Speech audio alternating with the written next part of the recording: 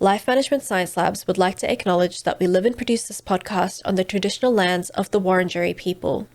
We'd also like to acknowledge the traditional owners of the lands of our listeners and our international colleagues. We'd like to pay our respects to their elders, past, present, and emerging.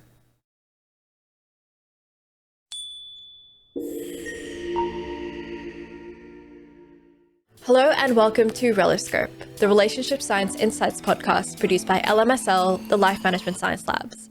We are champions in life management science, providing structured insights informed by science and inspired by practice on key aspects of conscious living. Each week we bring you scientific and practical insights on each element with the expert knowledge of professionals in the field. I'm your host Aditi. Let's get on with the show. Welcome back to the show. I'm here today with Alicia Serrano. Alicia's a relationship coach, not a coast, of 3 years and currently a graduate student of clinical psychology. We're going to be talking about the art of keeping the spark alive in a long-term romantic relationship. Alicia, welcome to the show. Hi, I'm so happy to be here. I'm happy to talk to you as well. I'm pretty excited about our episode today. Before we kind of dive into it, can you tell us, I guess, a little bit more about what you do? Yeah, sure. So right now, as you said, I'm a relationship coach. So that means that if someone would be having some concerns in the relationship, they would come to me. I usually deal with, a lot of them would deal with people who just broke up, would want to get together, or maybe they found out that their partner had been cheating this whole time, or just dating advice. So it's quite a range of concerns. Some people would also just want to be ready to be in a relationship, or just to find out a little bit more about themselves or regain themselves after a nasty breakup. So those list of concerns would be things that I help clients with. So it's a very goal-oriented job. So I work to identify certain goals with my clients, and then we work together to meet those goals. And yeah, I've been studying psychology for quite some time. So right now I'm in about 4 years, nearly 5 years into studying clinical psychology. And before that, I took my bachelor's in psychology as well. So a total of 8, nearly 9 years of just psychology in my life. And in that area, I'm very into the cognitive behavioral approach when it comes to psychology. So my approach to coaching is very informed by that, as well as existential approaches. Yeah, so I'm a big psych nerd, as you can see. And my approach with clients is I like to bring in a lot of that science and research into the work that I do, but I also like to keep it personable and fun and kind of see what kind of unique perspectives my client would have and just keep it fresh that way. Yeah, that's how I work. Yeah, for sure. No, that's really fascinating. I guess our show as well is about, a scientific approach to a lot of these very normal day-to-day problems. So that's a lot of years of psychology under your belt. So I'm sure you're well placed to answer our questions today. I hope so. For sure. Before we kind of talk about that, we've got a segment called Have You Met Alicia Serrano, in which I ask you a couple of questions about yourself. Are you happy to answer them? Oh, of course, definitely. Go ahead. Fantastic. What is your favorite book? That's a really interesting question because when someone said book or when someone says book, I immediately go DSM-5, which is kind of like the reference that a lot of psychologists would have. It's probably the book that I read the most just because of my line of my career choices and everything. Favorite book, that's really interesting because I either read just a lot of nonfiction or, and either that or just a lot of things online. So I don't actually read a lot of fiction books. The last book that I really enjoyed would be Emily and Amelia Nagoski's Burnout book. So it's very interesting. It's still in that nonfiction realm, but it's it's brilliantly written. So that's currently my favorite at the moment. That's really cool. I do a lot of the nonfiction stuff you read. Is that around psychology in that area, or do you read outside of your field as well? A lot of it is psychology and maybe psychology related things. I'm also into internet culture a lot. So as weird as it is, I like reading scientific papers on internet culture. It's really fascinating. So things that maybe I get into a show, right? I'd look at, okay, what have people said about this? And I'd read that. So yeah, it's a very extra nerdy way to go about nerd topics, I guess. I do not think that's weird at all because I do the exact same thing. Okay, you're the same here. Okay, that's great. You're not alone. I'm like, every time I have a new interest, I'm like, what is the academic research behind this new Absolutely. That's exactly what I do. Right. What about a favorite movie? Oh, as cheesy as it sounds, I'm a big fan of the MCU, and Avengers 2012 just hands down a comfort movie that I would have. So anytime that I would feel bad, that's usually something that's playing in the background. Yeah, my go-to movie. What does the academic research say on the MCU? Really good question. Interestingly enough, I haven't gotten into that. Maybe because there's already so many people talking about it online that I don't feel like, oh, I need to know like things about that. But yeah, something to check into maybe later after this whole recording. I've actually, because I used to study film theory in the past, I see. so I've actually read a fair amount of research into MCU. It's very interesting. Wow. It's a lot of like franchise studies, but I'm before I digress. I'm not gonna go into that now. What about a podcast that you've been listening to lately? Lately, again, not to be like stereotypically an internet person, I've fallen into the rabbit hole of true crime, as anyone would have been in the past few years, it seems. My favorite right now is Rotten Mango by Stephanie Sue. She just talks about these cases in a very empathetic way. So it's not like, because a lot of people would go about these true events in a very tea spilling way, which I don't really think is the way to go about it. But the way that she goes about it is really engaging, really respectful, and also just, there's a lot to be like learned from these cases. And again, the psych nerd that I am, it's very interesting to look at that, and it kind of like gives a lot of food for thought. So that's something that, again, it's either MCU movies or podcast or, things like that. So that's something that I've been listening to quite a bit. Yeah, no, that's cool. That's another one to add to my list, for sure. Right. What about a famous role model that you've looked up to? Okay. Again, I've said it quite a few times already, but not to be stereotypically like an internet person. I like this group called BTS, and they have a member named Namjoon. His name is Kim Namjoon, and ultimately like one of my favorite people on earth. He's such a great person. Like not even just a musician or an artist or an idol, but the way that he goes about life is just very inspiring, and he has a lot of wisdom to him. So definitely a role model there. And another one, again, as weird as it sounds, is a drag queen. I'm not sure if you would be familiar in that area. Familiar. Trixie Mattel. Yeah, so Trixie is one of my role models. Her drive, just going about what she likes. There's a lot of ventures that she's in and just passionate about so many different things. And I hope to aspire to that level of work ethic and drive. And so those two people really are very motivating for me. I love both of those examples. No one has referenced BTS as a role model or a drag queen as a role model so far in the show. Okay. You're a first on both. I love that. And I know Natasha, who's a part of our production team, is a huge BTS fan, so she'll be pleased to hear it. Yeah. What about the last course that you completed? Academic course?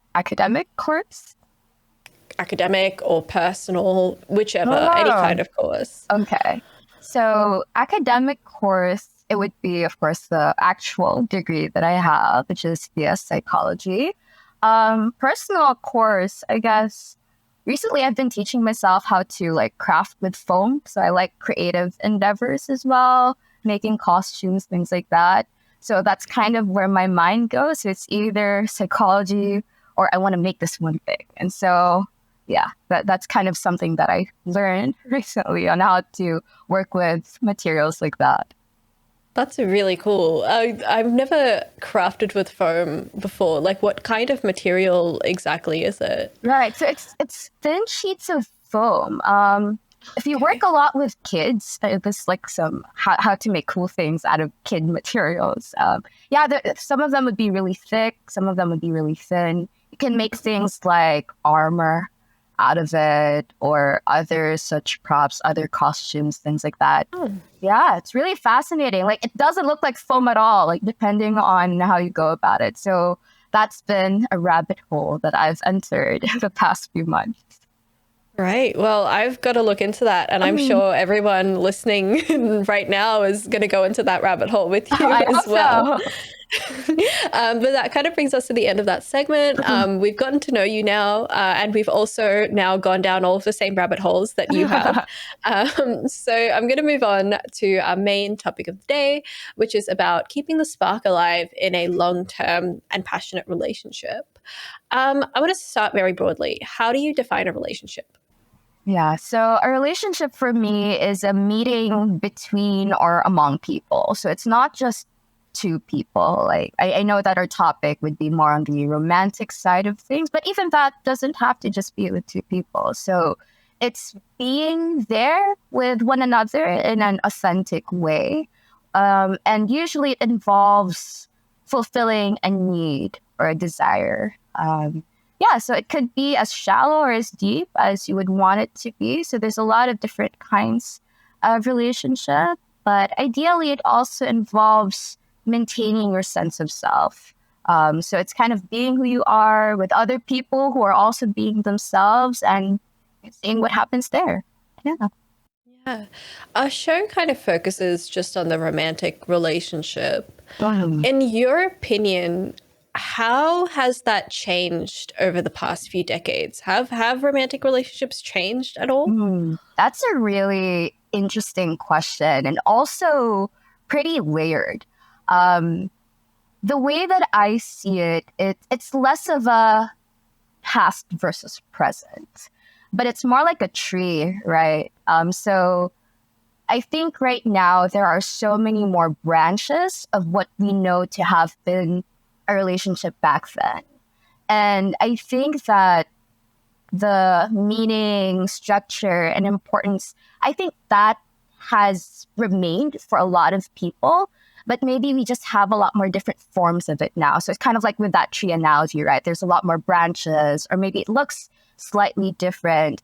What came to my mind here also is we don't really have direct records of every single kind of relationship that happened in the past, right? We really only know what's written. And a lot of times, anything that's not normalized would often get deleted or just not recorded at all. So I think that a lot of the relationships we have now, so this is just like my personal take on it. I think that a lot of the, again, relationships we have now have existed in the past, but maybe just not to the visibility that we have today. So, for example, of course, technology is a big thing. That's not something that existed in Shakespearean times, for example. So, what would be today's Tinder match might have been like an electric pairing in a ballroom dance somewhere. But yeah, people wouldn't, maybe that would exist in a diary somewhere, but not really like, okay, this is like an actual thing that people do. So I think that old meanings are still here. There's just a lot more variety and a lot more visibility to the ones that might not have been so common before. Yeah, so I think it's changed. Not that it's been replaced. I think that's my key here is that nothing has replaced it, but there are just a lot more ways of looking at it that is more accessible and maybe more normalized as well today. Sure. I like that way of looking at it. There's like a kind of ballroom dance from like Right, the early yeah, Renaissance era might have been equivalent to like swiping right on Tinder today. But absolutely. what are you looking at? Just their dress and figure, Right. essentially. Yeah, rather than swiping right, it's how you move your fan. Yeah, essentially. Um, How do you define romantic passion? Right. So romantic passion is an experience that is fiery. It's very intense. So intensity, desire, attraction would be some of the terms that I would associate there. So it's more of an experience that you would have. I wouldn't even say that it's a relationship per se, but really more something that you would experience. So it's something that is, as I mentioned, very intense compared to what would be things like compassionate love, companionate love. So yeah, it's very strong. It's kind of like fireworks going on. Yeah. And I guess like how does that how long does that tend to last? I mean, I'm assuming something so intense, there's a time limit on that kind of Right. feeling. Absolutely. So when it comes to, so this is where the psych nerd goes in, right? A lot of people have found that it's not something that lasts for as long as, let's say, just being there with someone, being more on a companion level with someone. So it does have a tendency to fade. So it's similar to when people say, oh, I'm in my honeymoon period with my new relationship. I can't say for sure like how exactly that would be different, like person to person, but generally it comes and goes. Like it's not like full force all the time. Yeah, it's a lot shorter, kind of like fireworks, right? It's very intense, but it does fade at some point. Yeah, for sure.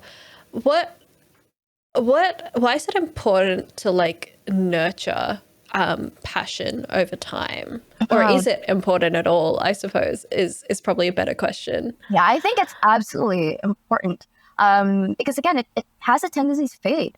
And passion is something that brings people together. It makes you feel very close with your partner. There is that intimacy to it. And it also just brings a lot of vitality and excitement in a relationship. And so even if it doesn't last forever, it's not something that completely dies. It's something that you can definitely bring back and match your pace with what it is that you'd like to experience in a relationship, because there are some people who are more than happy, more than satisfied with things being easygoing and calm in a relationship. To some people, passion is very important. And so it's important that way because some people, that's a need for them to be happy in a relationship. And it also, again, brings people together. I also think that it's one way to check for compatibility over time. Because as people change and grow, so does a relationship. That's something that people often forget, that the person who you are right now is not going to be the exact same person like half a year ago.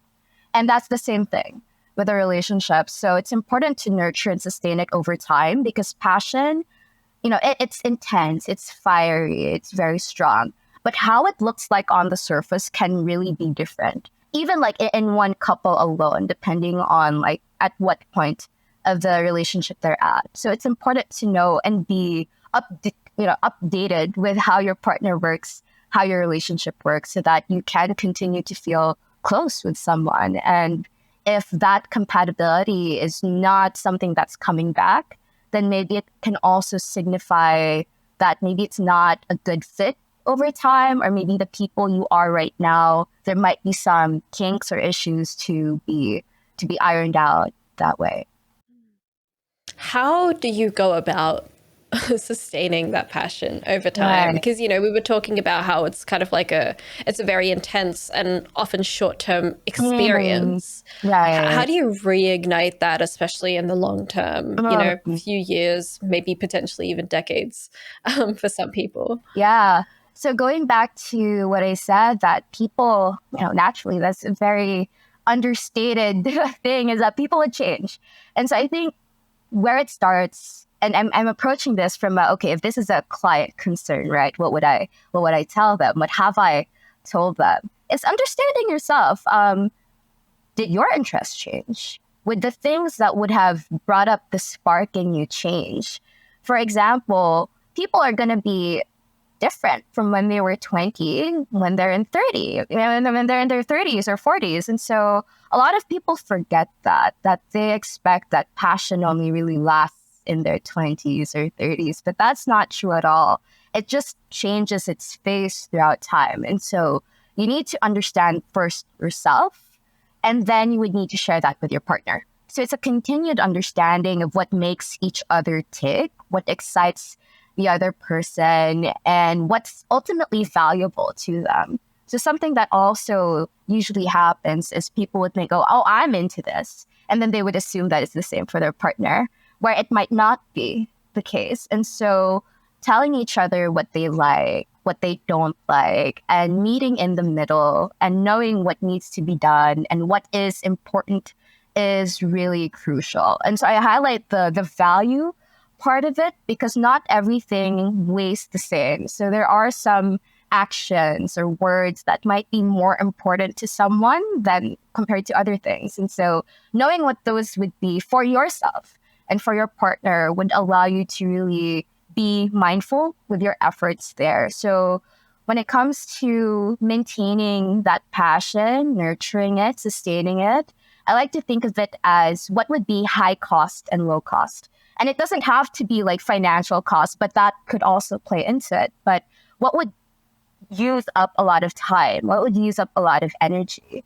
And know what you're working with, because the reality is that when it comes to these concerns, it usually comes up when people are later in their relationship. And usually these would be people who are very busy at work, who might have a lot of kids, a household to run. And so there's not an unlimited amount of resources that people would have. So you would need to know what's important and really focus on that. So when I say like low cost things, when it comes to passion, it can be daily kisses or being physically affectionate with one another. Maybe it's sitting next to each other instead of opposite each other so that there is a lot of that skin contact or just that closeness. These are things that you could be doing your own thing that could still fuel that flame. High cost things would be like a weekend getaway, right? For example, let's say that it's a married couple, they have 3 kids. They would need to, make time for it, make sure that they don't have any work during that weekend. Do they need a babysitter? Do they need to book somewhere? So it's a lot of planning. It's a lot of ironing details out. So those are a lot of valid and important ways to go about, sustaining passion, but the effort required for it, the barrier of entry would be very, very different. And of course, valuation is different. There might be some people who don't care about weekend getaways at all, but would really more care about are you there for them at the end of the day? So knowing what that would be for one another is important. And also just updating each other on what's different, right? Like a lot of people might watch something, realize, I didn't know I was into that. Don't keep that to yourself. Tell that to your partner. Hey, this is what I found out about me. And is that something that maybe you're interested in trying out? Is that something that you would find interesting for yourself? So things like that, just that open communication, updating each other on what's going on, what's changed, and ultimately being able to cooperate with each other. Okay, is this something that we need to introduce in our schedule, in our routines, and being available? Because all of this is not really going to go anywhere unless someone is available to actually do it. And I bring this up because when you talk about long-term relationships, especially relationships in the decades, a relationship doesn't exist in a vacuum, right? We wish that it did, but it doesn't. So things like work, family issues, other economic issues, those would be, that would take up time and attention away from the relationship. So being available to even do all of these things would ultimately be very important. So if you notice that, your partner is just really busy at work, then the availability is going down. So that's something that you would have to be really mindful about and make time for it and just be available to even discuss all of these things that we've been talking about. Yeah, I guess those would be like the important things there. Yeah, I mean, that kind of brings me to one of my questions, which is about the challenges that couples face when they're trying to maintain that spark. obviously, outside life, family, obligations, work, Mhm. are one of those things. But what are some of the other challenges that maybe couples might come across? Why might they have issues and try to maintain that spark? Yeah. Um, I'm gonna go start with like the inside of someone and actually not knowing what works for them. So maybe they know their 20-year-old version of what would work for them, but not what would work for them in their present self in the here and now. So that's something that a lot of people might need to reflect on, take time to just think about what they want now and be able to communicate that. Because what you don't know, you can't communicate. And if you don't communicate that, your partner can't help you with that issue. And so knowing what it is that you want, knowing what works for you, what doesn't work for you is very important. Also, just communication issues. So a lot of people might know what they want, but wouldn't really say that. And so that leads to nowhere. And so it's not an issue of knowing yourself or knowing what your partner wants, but being able to actually talk about it. And a very, very common pitfall that people would have is they expect their partners to just know. And that just doesn't happen, right? We can't read people's minds. And so we need to tell someone your expectations, what it is that you don't like, what it is that you do like. So your partner might know, again, the version of you that existed years ago. But if you don't tell them that, hey, things have changed, they're going to assume their last updated information of you. And so that's something that you have to talk about with your partner and just communicate with them that, hey, I'd like to do this, or I'd like to try this, or I don't like this anymore, or even just setting time to do that. A lot of people would just kind of be, how do I say this? It's not really acceptance, but they would not be proactive in having the relationship that they would like. So take, for example, a couple who would have a really crazy work-life balance where there is no balance, right? It's just work. A lot of people would be, that's just how it is. That's, it's important for us to be able to live that this would happen. And so they would just take a step back and not do anything about it. But really, that's something that is 100% workable that you need to communicate. Big part of this would be communication issues. Related to that a little bit would be embarrassment and shame about even talking about passion, about even talking about the spark.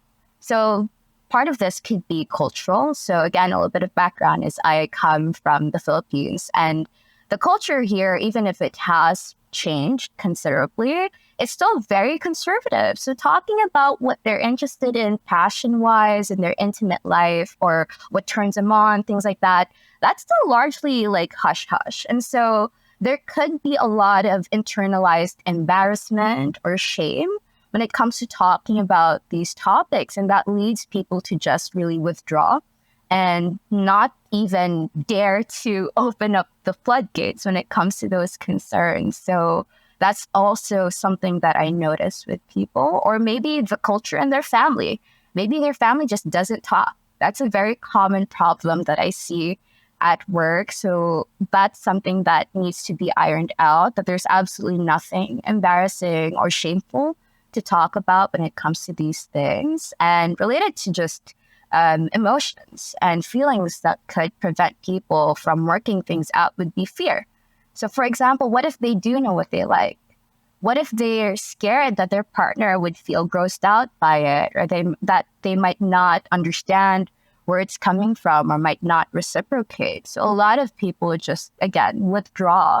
And instead of being curious about that or just open up that conversation, they get governed by that fear. So yeah, those are very common experiences that people would have that would be problems in this area. Yeah, I feel like the kind of communication issue is one that comes up on the show a lot, because I think a lot of relationship issues boil down to just a lack of communication. Absolutely. It's when I think about the clients I work with, most of the problems could be solved by just hashing it out, really. or just by opening up that, hey, I have an issue with this. So yeah, you're absolutely right. And I'm not surprised that communication issues would be one of the things that would come up frequently, because that really is how it looks like, for sure. You heard it here first. If you're having issues, maybe just talk about it a little bit. Absolutely. What are some of the misconceptions that people have around this idea of the romantic spark? Right. That's a very interesting question, because there are quite a bit of common ones. A lot of it is, it has to be complicated, or it has to be so outside of the norm, that it has to be exciting. So I think a lot of people would associate excitement or the spark with something that might be, subversive or not within the norm. You could explore that. I mean, that's encouraged, but that's also not everything. There's a lot of just everyday things that you could do that would be simple. So for example, cuddling at the end of the day, underrated. That's something that you could do. Again, low cost activity, right? You're already there. But a lot of people forget. And so there's a lot of important behaviors that people could do to maintain that spark that they just discount because it doesn't fall in line with what they would assume would be, exciting or what would bring back that spark. So a lot of people would also think that it's all about sex or all about intimacy, when that's not everything to that. And a lot of it would be, I have to be a different person, or I have to do something that I've never done before, or maybe even do things that you're uncomfortable with. And that's, again, is not the case. A lot of people would go, maybe we need to try role play or involve another person in. And those are kind of like very, I wouldn't say extreme. I think that it's, valid options. But if that's not where you want to go, you don't have to go there. So a lot of people really think that they have to go in an area that they've never tried it before, when that's really not the case. Yeah, I mean, I know kinks are probably a very valid option for some people who want to explore that kind of thing, and a worthwhile discussion to have with your partner as well. It's actually something you said earlier sticks out to me, and that what you're interested in when you're 20 and what you're interested in when you're 30 or 40, much older, is definitely going to change over time. So what makes you feel that romantic passion might be completely different in 5, even 2-3 years time. If you've been through I don't know, a world-changing pandemic or something like that. Absolutely. Yeah. Then you find washing hands to be the most attractive thing. I'm kidding. Yeah. Sure. I mean, you're kidding. I don't think that's a joke for a lot of people. I think it's a genuine. It might be. Yeah. For sure. What are kind of some warning signs that maybe people should look out for during their relationship, that maybe that spark is actually well and truly dead? Right.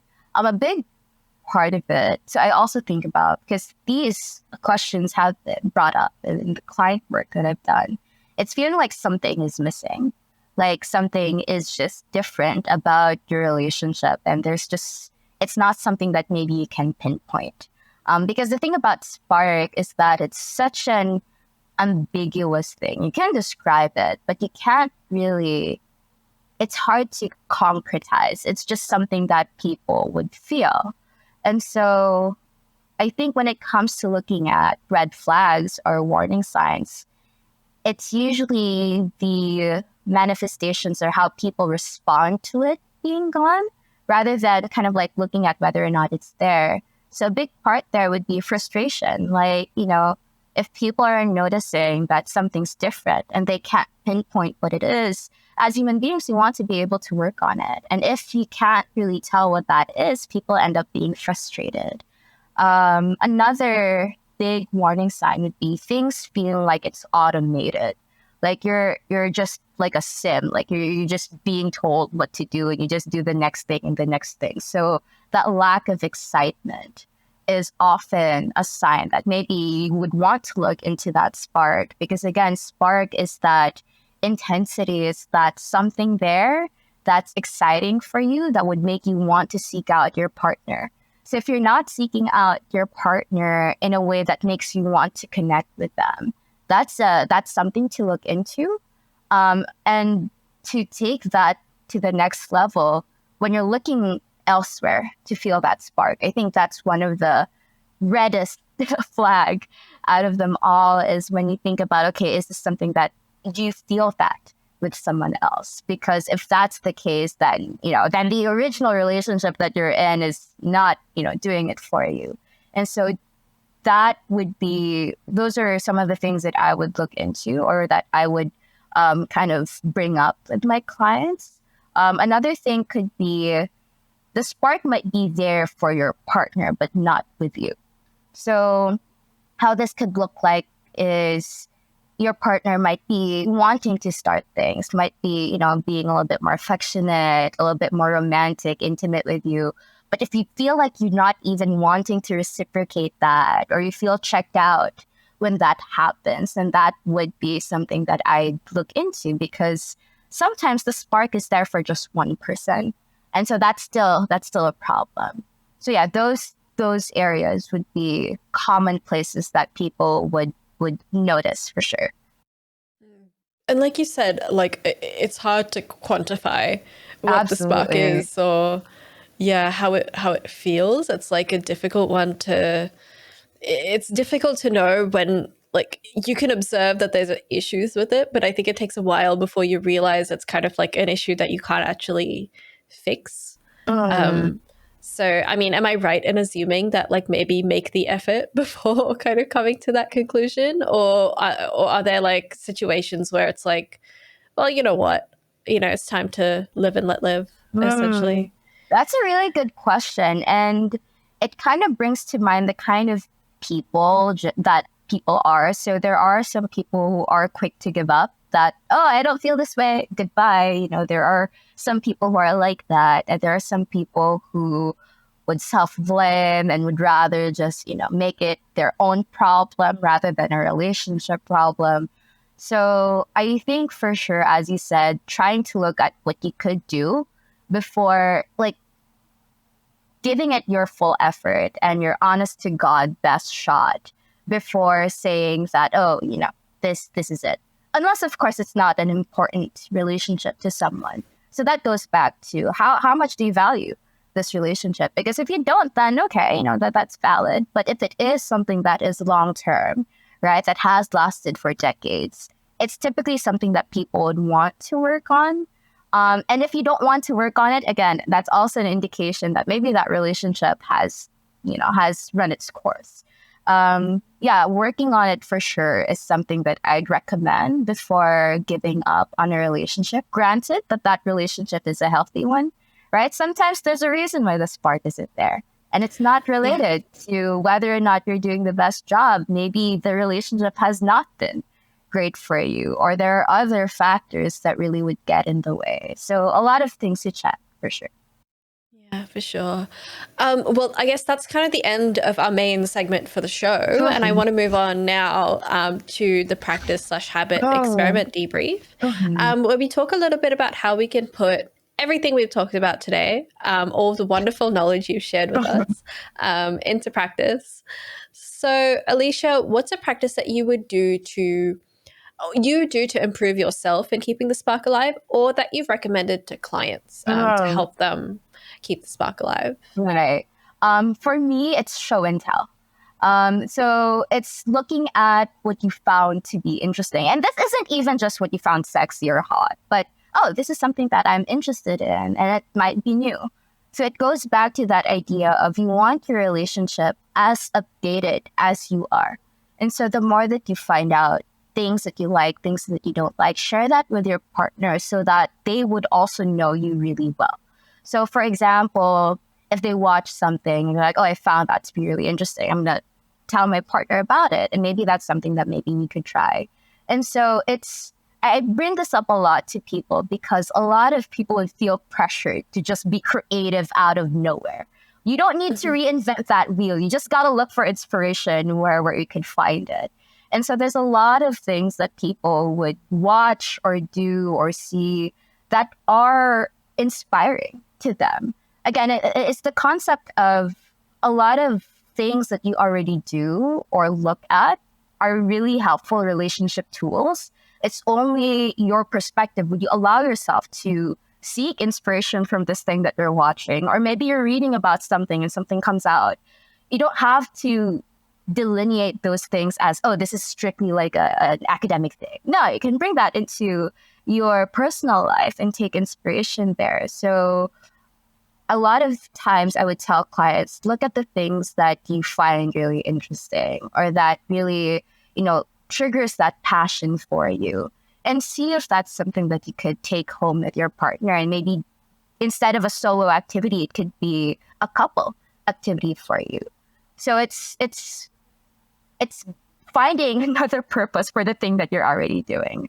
And that's usually helpful because, again, a lot of times people don't have that infinite time and resource to look for all of these new things. And so you want to repurpose things that you already are doing, already find interesting, and make it apply to as many areas in your life as possible.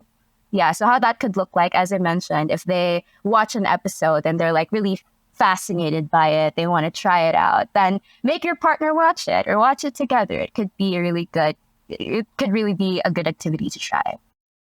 Yeah, I mean, that reminds me, I feel like, watching a TV show with someone and then debriefing with them at the end of each episode is like an intimate activity in and of itself. Absolutely. There's like an intellectual connection that you share with someone, even over the dumbest TV show. Like it could be, I don't know, Love Island, but like you're still having a discussion with that person and spending time with them. Right. Yeah. Because it's not the content, it's what you make out of it that really matters to you. And it's also a practice in being authentic to yourself. Because again, a very common problem that people would have is, oh, I have to be this vixen who's really up for anything for the spark to come back to life. Not really, you could definitely look at what's already there and just amp it up. And yeah, make something out of what's already there and being creative that way without putting unnecessary pressure on yourself to figure out something new each and every time. Sure. What do you feel like are the challenges with a practice like this? Because I can already think of like the obvious one, which is like, what if they don't share the interest? Like I think of one of my guilty pleasures is reading the AITA Reddit subreddits, where it'll be like just these awful men who are like, I can't believe my girlfriend or wife or whatever has a hobby, and she's so annoying for having such and such hobby. I think it was like a famous one a while back, and it's like, yeah, I'm assuming that's an exaggerated version of it, but I'm assuming there's, to a certain extent, there's this fear of like sharing something that you really enjoy and then being rejected for it. Yeah. So that is a big part. That is a concern people would have. And it's also, so this is where I want to be careful, because you want to prioritize that authenticity versus dulling down your own interest for some person. Right. Because as I mentioned, like in one of the questions, is sometimes the spark is gone for a reason. And it's not necessarily because someone didn't reciprocate. Maybe the delivery of that. Maybe it's not that they didn't reciprocate, but they were like such a bad person about it. Right. Because you can say to your partner, hey, I'm not interested in doing that, but maybe you can try this version of it that I'd be more interested in doing. So it's more of, are they at least willing to hear you out or to work with you on that? Like, let's say kinks, right? There are some people whose boundaries won't allow them to try things, and that's fine. We want to respect that.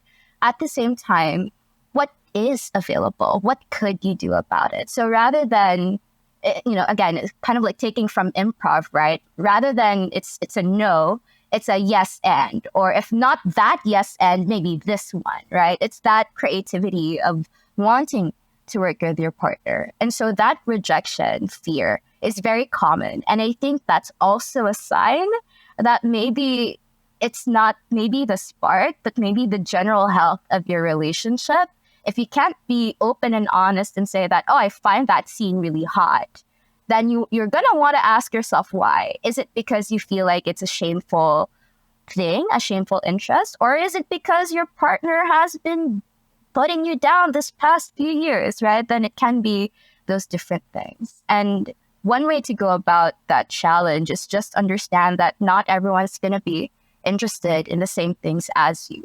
So think of it in levels. So some people might not want the extreme version of it, but maybe a little bit more of a beginner version would be something that they would be willing to try. And so understanding that things are not black and white can really be helpful there. And also, it's okay. You're not that one interest. Just because they don't like that thing doesn't mean that they don't like you as a person. And so that's something that's really important to remember. Yeah, absolutely. How, in your experience, how would you combine this kind of practice? Is there another one that you would combine it with to perhaps enhance it or make it better? Yeah, absolutely. I think going back to the senses would be really important.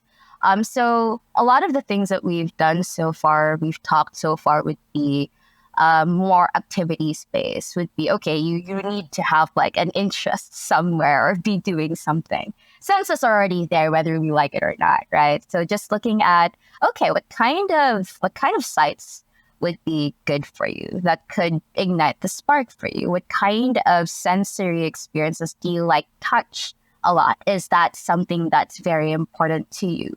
Is it scent? Like, does your partner wear a specific perfume that makes you go crazy? So taking note of that would be something that's really important.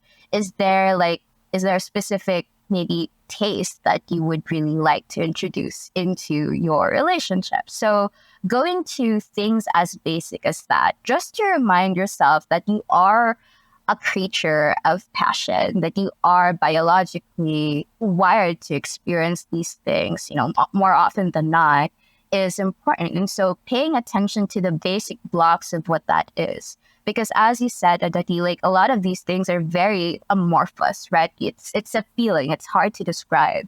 And so a really good way of breaking that down into something more understandable would be the sensory experience of it. And so you might not be able to describe what spark is, but you could identify what scents you like, what sights you like, what kind of touch feels good for you. And so breaking it down that way could allow you to have a starting point with someone and what it is that you'd like to bring to them. Like, what could you show and tell to someone at the end of the day? Yeah, that's one approach that I really like to do with clients. Yeah, for sure. Beautiful answers, I think, to that segment. I might move on now from the practice/habit experiment debrief to some questions from the audience. Are you happy to answer them? Of course, definitely. Fantastic. So the first question is, at what point do we stop seeking a spark and accept our partner just as they are? Is reaching a plateau in a relationship a good thing? That's a really good question. It's interesting how it's framed. Because when you say a plateau, how do you look at that way of framing? Like, does that say that you're missing something that you want to be there? Or are you comfortable in this more stable pace? Because a lot of times a healthy relationship can feel or come across as boring because the dramatic one has all of these exciting ups and downs, right? A lot of times in my client work, I like to say it as after riding a roller coaster, walking can feel a little bit weird. And so that can often translate into relationships as, okay, things are boring.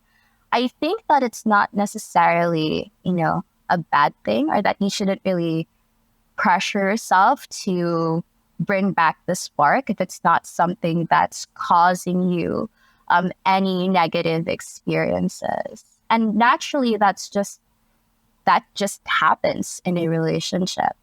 So if I am understanding the question right, it's kind of like it's asking if it's a bad thing that it fades over time. Am I getting that correctly? I think so. Yeah. I hope that's what they meant. Yeah, I yeah. wouldn't know. Okay. Tackling it from that perspective, it's not necessarily a bad thing. It just means that, you've gotten used to someone. Because it's kind of like at some point something like we're masters at adapting. That's kind of how people would work. And so what could have been exciting before might just be your everyday. And so to look at that and to really reappreciate what it is that you already have and find the excitement there again could be part of that journey. Or again, if people are happy in that situation, then there's nothing to worry about. I think that for a lot of, I wouldn't say a lot of clients, but there are some clients who would be so concerned about how things normally go that, it's not really a bad thing, or it's just how things are. I think what's important there is to look at, is this problematic to you? Like, is this something that you would need addressed? Or do you want something to include in it? Because it's fine. You can be satisfied with something that has plateaued, but maybe every now and again you want to fire things up a little bit. So it's just looking at, are you satisfied with that experience, or would you like a different experience? Yeah. Yeah, for sure. And I feel like it's it's kind of like, if you're already happy, if you're at a plateau but you're happy with each other, and you don't feel like there's a problem with it, then why should you listen to other people who might feel differently about their Absolutely. relationships? Absolutely. That's a very interesting thing to say, because a lot of people would throw in their unwanted 2 cents into people's relationships. And I do notice that a lot of people problematize things too much. Like, there's, people cannot have like big, grand experiences and be absolutely satisfied.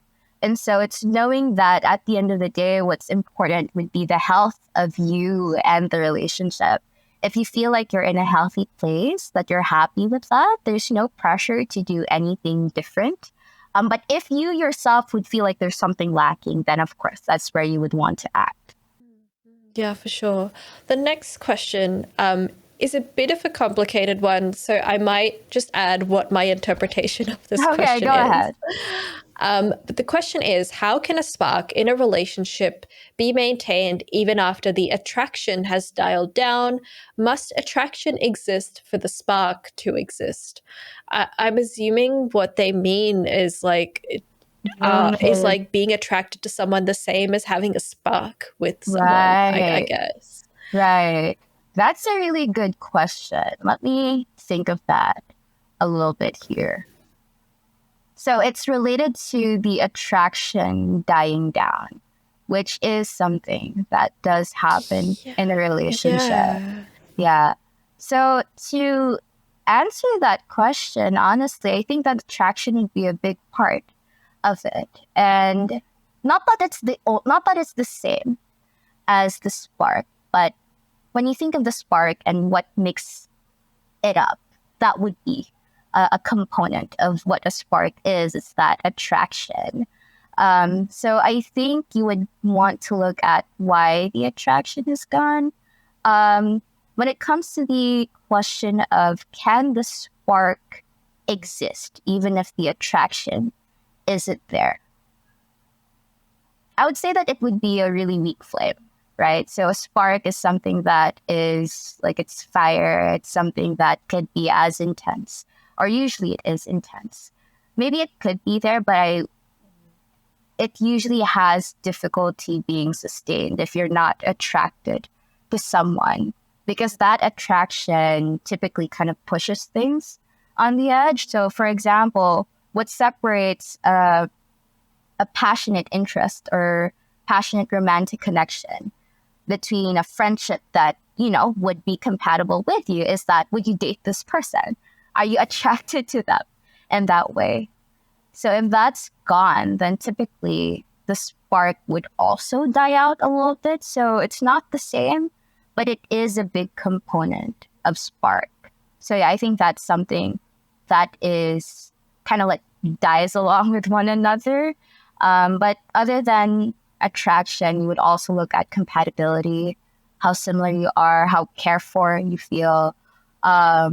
But yeah, attraction, I think it's a big thing. So if that's dying out, you might want to look at that. And because you can really expect spark to kind of die alongside with it, unless of course you're just very, very compatible and that makes up for that lack of attraction. But typically in the cases that I've worked with, it goes hand in hand, even if it's not the same.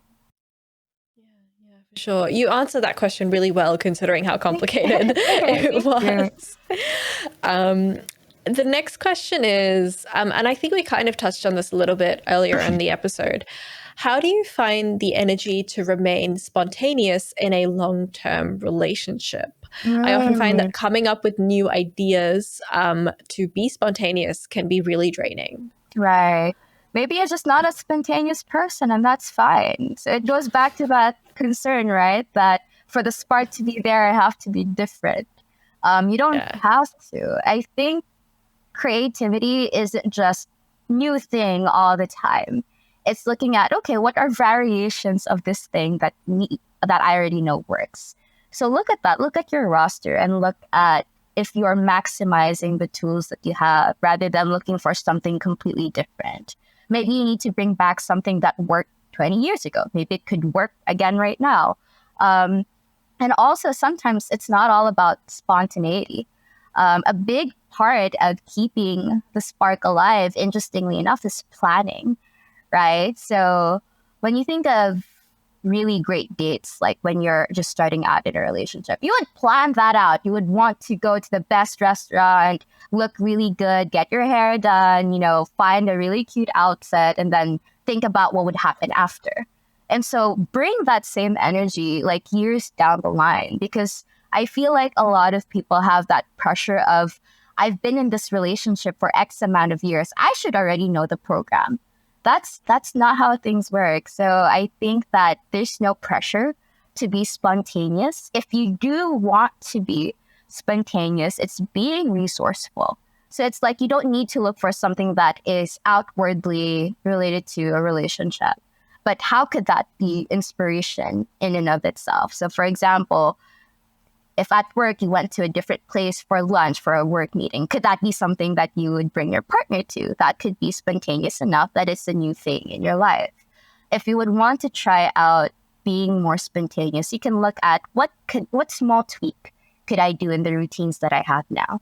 So always work with something that's already there and change a little bit about that. So you're not working with nothing, because if you start out fresh ingredients all the time, you have to identify what you're going to do. Of course, you're going to be drained, because having a relationship is a little bit like a full-time job. And so if you have other things going on, your mind is automatically just maxed out. And so it's understandable to feel that way. And at the same time, there's no need to be spontaneous about it. Actually, related to that is a lot of research would show that there are different types of desires with people.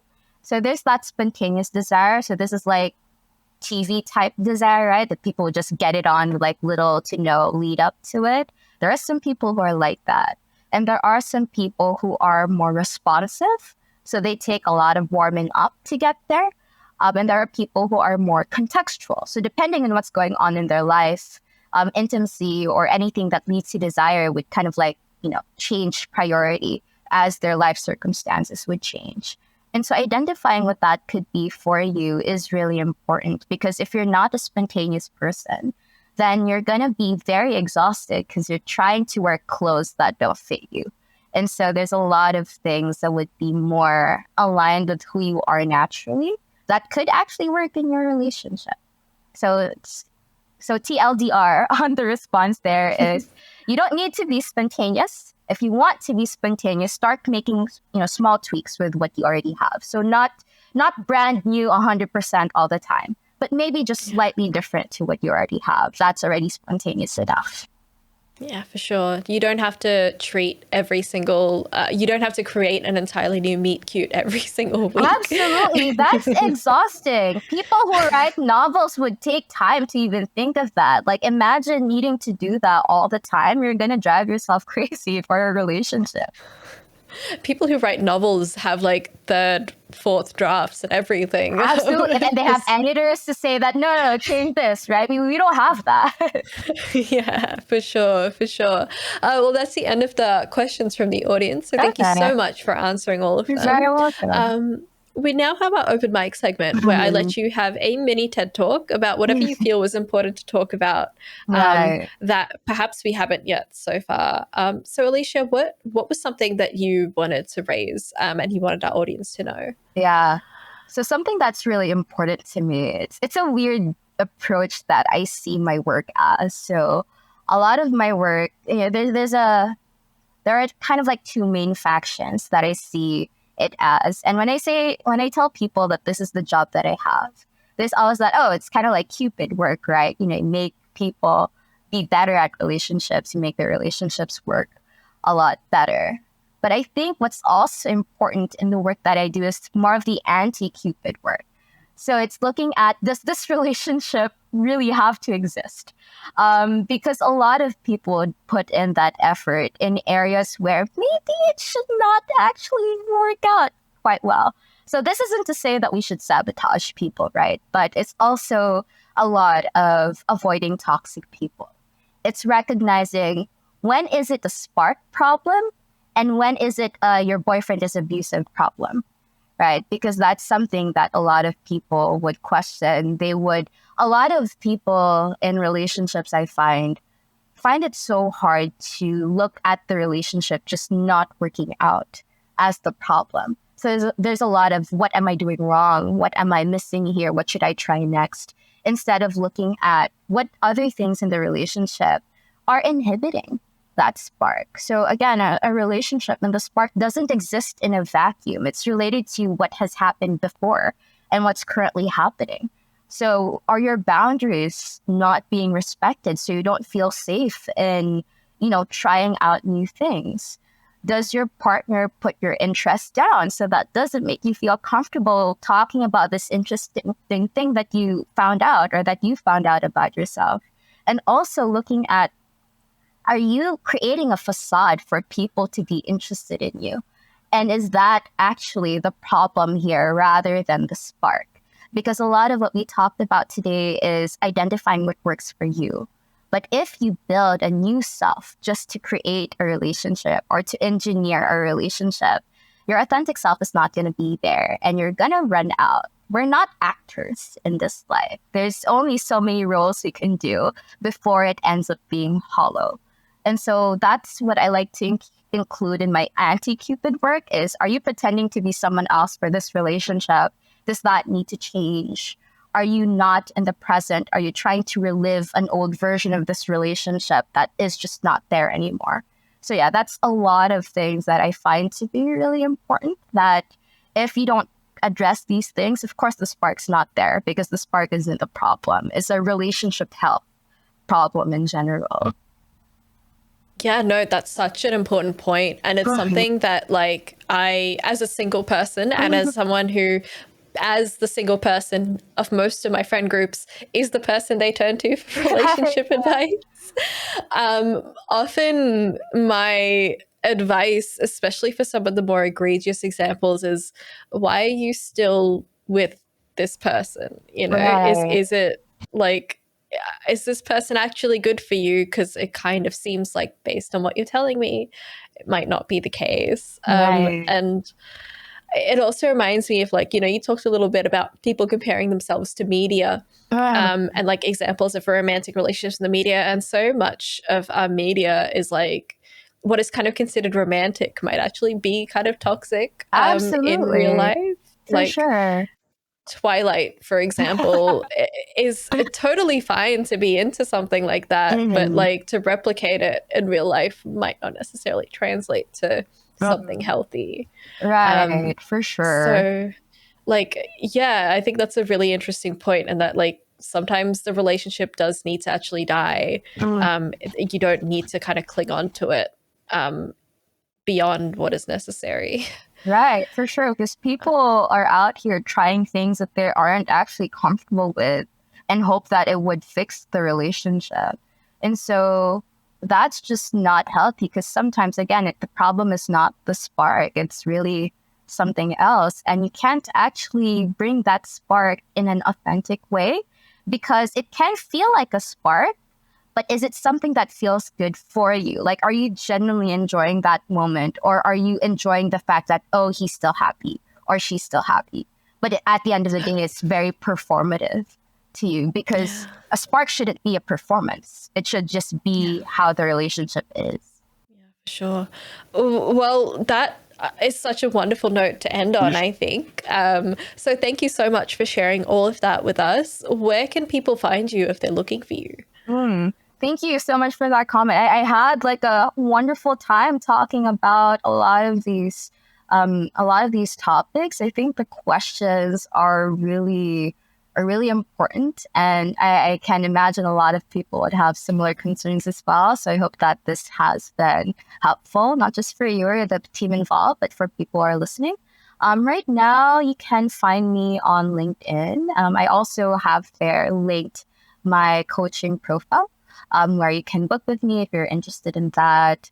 Right now, because I am juggling a few hats, I still don't have like any content when it comes to coaching or relationship work, but I do plan to do that when I would have a lot more time, a lot more mental space for it. So yeah, but right now you can contact me by LinkedIn. Sure. I'm sure being a student is a huge drain on your mental and emotional resources right now. But thank you so much. Like you said earlier, I've had such a great time talking to you, and I've learned so much from this episode.